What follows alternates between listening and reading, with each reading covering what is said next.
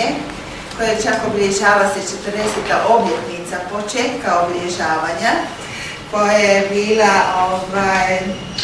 inicirana od Gaylorda Nelsona, američkog senatora, demokrata. Tako da, evo, ovo je predavanje zaista slučajno danas, što nema slučaja, ali organizirano. Gospodin dr. Deans je morao malo ostati u Hrvatskoj malo duže zbog tehničkih razloga leta, tako da mi imamo zaista privilegiju da ga možemo danas poslušati o jednoj temi koja je svigdje potrebna, mislim da je u Hrvatskoj neophodna u našem obrazovanju, a to je obrazovanje zasnovano na svijesti. Dr. Deans je profesor i direktor međunarodnih programa fondacije David Lynch i ja mislim da ćete biti oduševljeni njegovom prezentacijom. Hvala vam još jedanput što ste došli. Mr. Lynch, the floor is yours.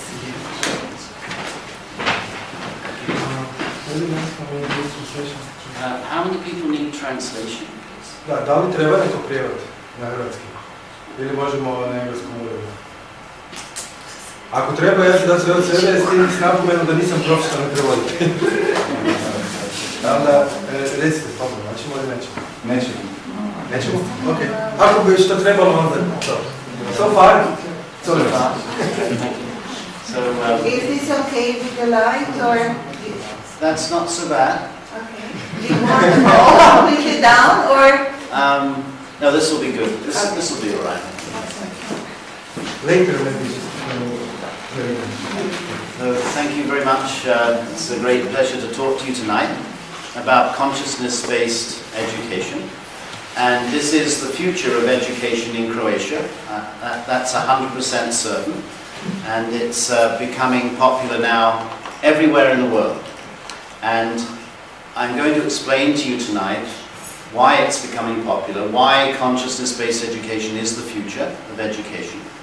And we'll look at the evidence from science, we'll look at the evidence from case studies in schools, we'll look at the improvements in brain physiology, in creativity, in intelligence, in student behavior, in health, and then we'll look at the benefits for the whole society. So firstly, let's ask ourselves the question, why consciousness-based education? The answer is because when I was at school, and when you were at school, the thing that was considered the most fundamental for a student was to have a good intellect. But there's something more fundamental than the intellect, and that is consciousness. Because you could have a room full of intellectually gifted students, but if none of them are conscious, then nothing gets learned. Consciousness is the most fundamental level of life. If we weren't conscious, we wouldn't exist. Now, if we did exist, we wouldn't know we existed. So you have to be conscious before you can do anything.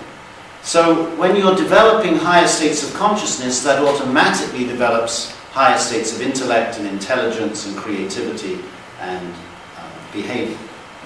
So consciousness-based education, and the goal is to unfold the inner genius of every student. Not just one or two students, but every student. And that's something that education today does not do. Education today, the outcomes are like a pyramid, where you have a few geniuses come to the top, and you can count them on the fingers of your hand, 4 or 5 Nobel Prize winners in Croatia, but most people are here. And consciousness-based education inverts the pyramid. So everyone can become a genius, because everyone is born with the potential to be a genius. The great tragedy of education over the last few thousand years is that in the vast majority of cases, that inner genius does not get unfolded. Let's look at the structure of education from a very simple perspective. We have the knower, the process of knowing, and the known. And as you know, today, there is more known than can be known. Vast quantities of known. the amount of known is doubling every 2 years.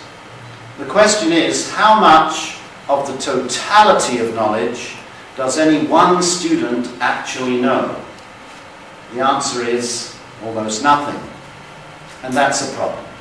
Because the most fundamental desire that every child born on earth is born with is the desire to know everything.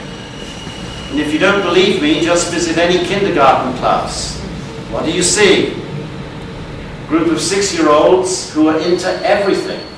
It's illegal to leave a kindergarten class without an adult. Why?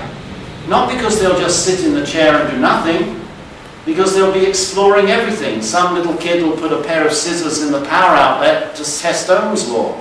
Someone else will be swinging on the curtains to test the tensile strength of the curtain rod.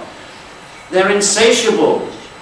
But by the time students get to 18, half of them have dropped out of education. Don't want to know anything anymore. Something's missing between 6 and 18. And even if you go on to university, what is your experience? Do you know everything? No. Your experience when you go on and take a PhD is you learn more and more about less and less. So by the time you graduate, you know everything about nothing. It's so bad, actually, at a university that you can't even talk to the person in the office next door. This actually happened to me. I was studying one particular molecule, and I went next door to ask the expert, and he said, "Oh, that's not my molecule." I mean, it's really bad. So the thing is that even the very, very best students, they end up knowing only a tiny fraction of the totality of knowledge. And the reason that's a problem is that that fundamental desire that we're all born with remains unfulfilled. And when our desires remain unfulfilled, that creates stress and dissatisfaction in life. So what about the process of knowing? Is modern education better at the process of knowing? Well, in order to know anything, we have to use our 5 senses. We have to gather information through our eyes, our ears. We have to touch the sculpture, hear the teacher, watch the video. But does education today actually offer anything to refine our senses? Has anyone here ever taken a course that promised to improve your vision or lower your auditory threshold or improve your sense of taste? No, because don't even think about it. And then there's the knower. And what I mean by the knower, specifically, is the state of consciousness of the student. Everyone, who here is a teacher? Okay, great. I'm going to ask you a simple question. It's not an exam. In your experience, what are the 2 most difficult times of the week to have to teach a class?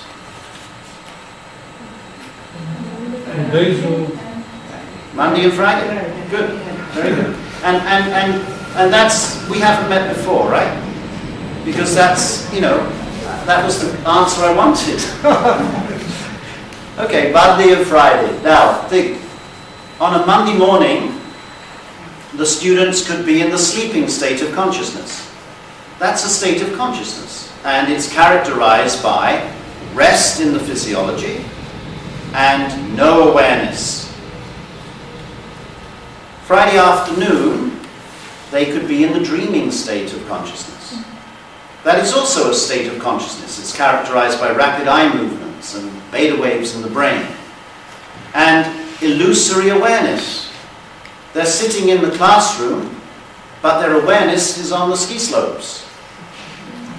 And then you have the waking state of consciousness, which you're all in now, where you have awareness of outside objects and activity in the physiology. So those are 3 distinct states of consciousness.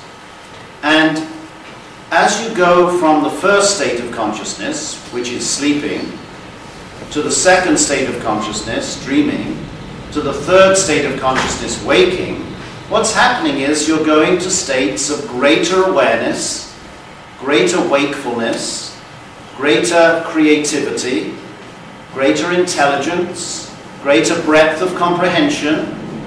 In other words, all of the qualities that make a great student.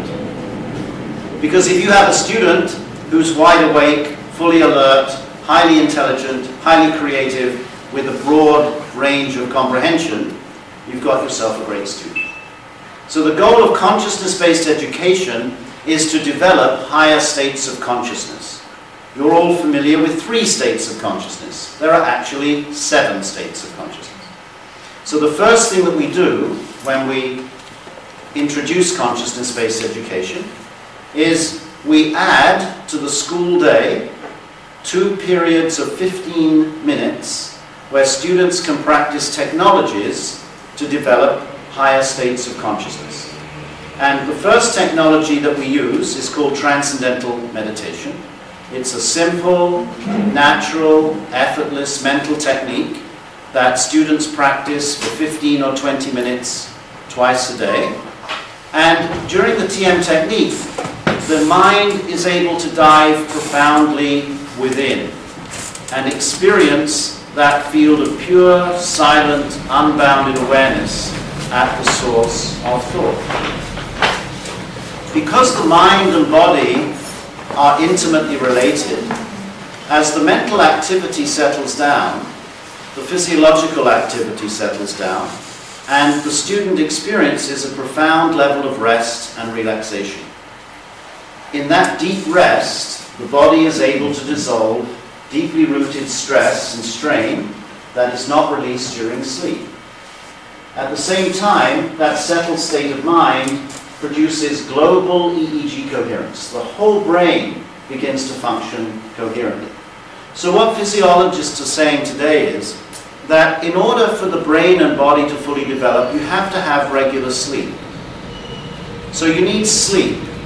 You also need dreaming, otherwise you'll go psychotic.